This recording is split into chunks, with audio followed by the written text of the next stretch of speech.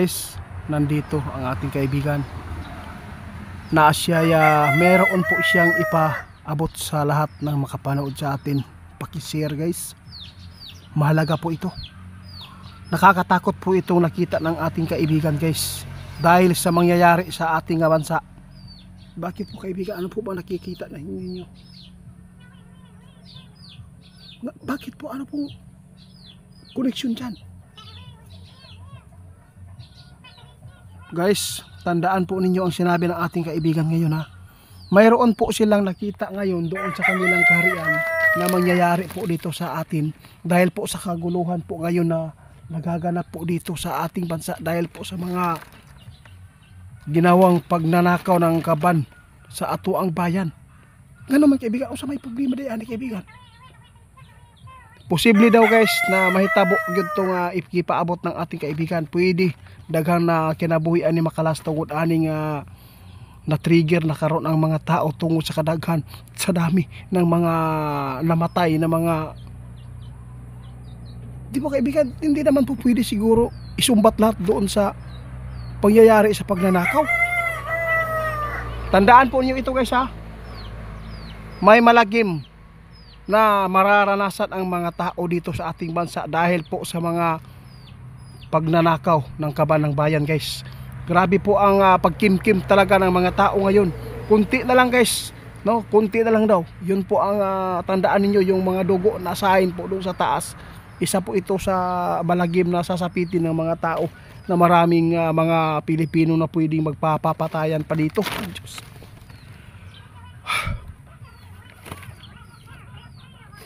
Yun ang hirap sa tao, no? Dahil sa sakim ba. Kaya ito, tandaan nyo guys, lalo pang magulo ang maranasan natin ngayon dahil sa sinabi ng ating kaibigan na mayroon po silang nakitang malagim na nangyayari doon sa Luzon. Sa Luzon pa. Grabe, bakit po sa Luzon po ito kaibigan? Oo nga, tama po kayo, kasi doon po talaga ang min. Guys, tandaan natin ha, ang mga sinasabi ng mga kaibigan po natin noon, hinuhulaan niya, posibleng mangyayari ngayon ha. Ngayon mag-ingat-ingat po tayo sa lahat po ng mga galit, no, sa mga nangurakot. Ayaw mo padala, huwag po kayo magpapadala sa mga ganyan na mga bagay, material na bagay yan, no? Panandalian lang yan, hindi yan madadala kung mamamatay tayo. Ang isipin natin ngayon, dahil sa dami po ng kalamidad, dahil sa dami po ng mga taong namatay, dahil sa kalamidad, dahil po sa kagawan po ng mga tao din po ito. Kaibigan, salamat po sa mga babala ninyo. Nag-alala daw sila guys sa tao, dahil po napakaraming tao naghihirap ngayon dahil sa pagtama ng kalamidad. Napakarami pa, no, na mga taong galit sa mga namumuno, at napakaraming mga taong magnanakaw na hindi po napapatunayan na sila po ang nagkasala at nakulong. Wala talaga. Yan ang masakit, kung mahirap gani ang mamistik, magkamali, magnakaw, kahit bitsin lang o bervran, agad-agad po pinusasan Pero yung mga tao, trillion, billion ang ninakaw, hanggang ngayon nagpapatuloy pa rin. Kapag ang tao magnakaw dito sa kaban ng bayan, pwede pa yan makaalis dito. Pero kaya mahirap, wala. Ito po yung tandaan natin guys. Sinabi ng ating kaibigan ngayon na posible itong mahulog tayo sa walang kwintang pangyayari dahil po sa nangyayari na galit sa taong bayan. Grabe po, grabe. Kaibigan, salamat sa babala. Ipinapaabot po daw nila ito guys para ang mga tao makapanood, hindi sila madala sa galit, kasi baka makagawa ang mga kapwa natin Pilipino na kumitil lang buhay ng kapwa Pilipino dahil lang po sa kanilang galit. Alam po ba ninyo kung sino po ang unang masagupa sa taong bayan? Ang mga kapulisan at kasunaluhan natin. Kaya wag po natin hayaan na manaig ang dyablo, kaibigan.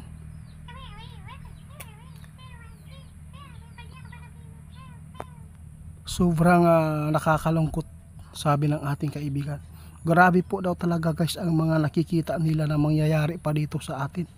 Tapos may kalamidad pa, tapos ang kaguluhan, tapos pinakialaman tayo sa ibang bansa. Tulad po ngayon, ano kayang mangyari kung si Bato de la Rosa na naman po ang madala? Ano? Kaya natatakot si kaibigan guys. Hindi nga naipakulong nila na bilyon-bilyon ang ninakaw. Kung yung mga tao ngayon na bumabawi sa kanilang kasalanan, yun pa ang dihado ngayon. Kaya si kaibigan ngayon guys, natatakot na yung mangyayari sa hinaharap dito sa ating bansang ito, mangyayari din po ito talaga sa atin.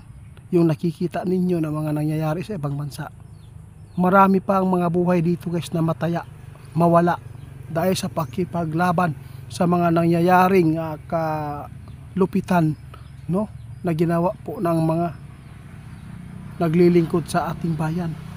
Isa dito ang ating bansa guys na most corruption, kurakot, nakakahiya.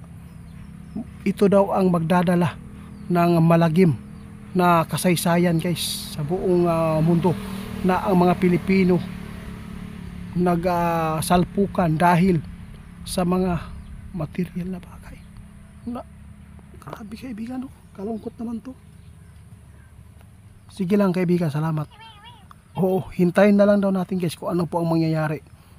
Basta ano lang po ang masabi ng ating kaibigan, kung sino man yung mga taong nakapanood pa dito, huwag po natin gawin ito.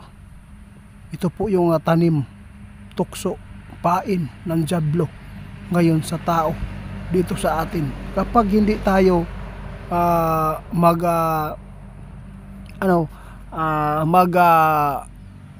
kasi tawag ani kaibigan, kalimutan ko. Oh yun, kung dili daw ta antos guys, no, posible yun.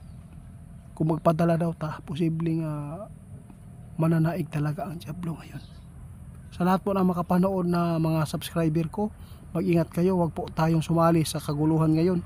Kung ano man po ang kinikimkim natin dahil sa mayroon man tayo makamag-anak na nawala dahil sa kalamidad, dahil po sa flood control na sinisi, wag lang. Sabi ng ating natatakot sila baka po ay magkatotoo itong nakikita nila ng mga sign po doon sa kanila.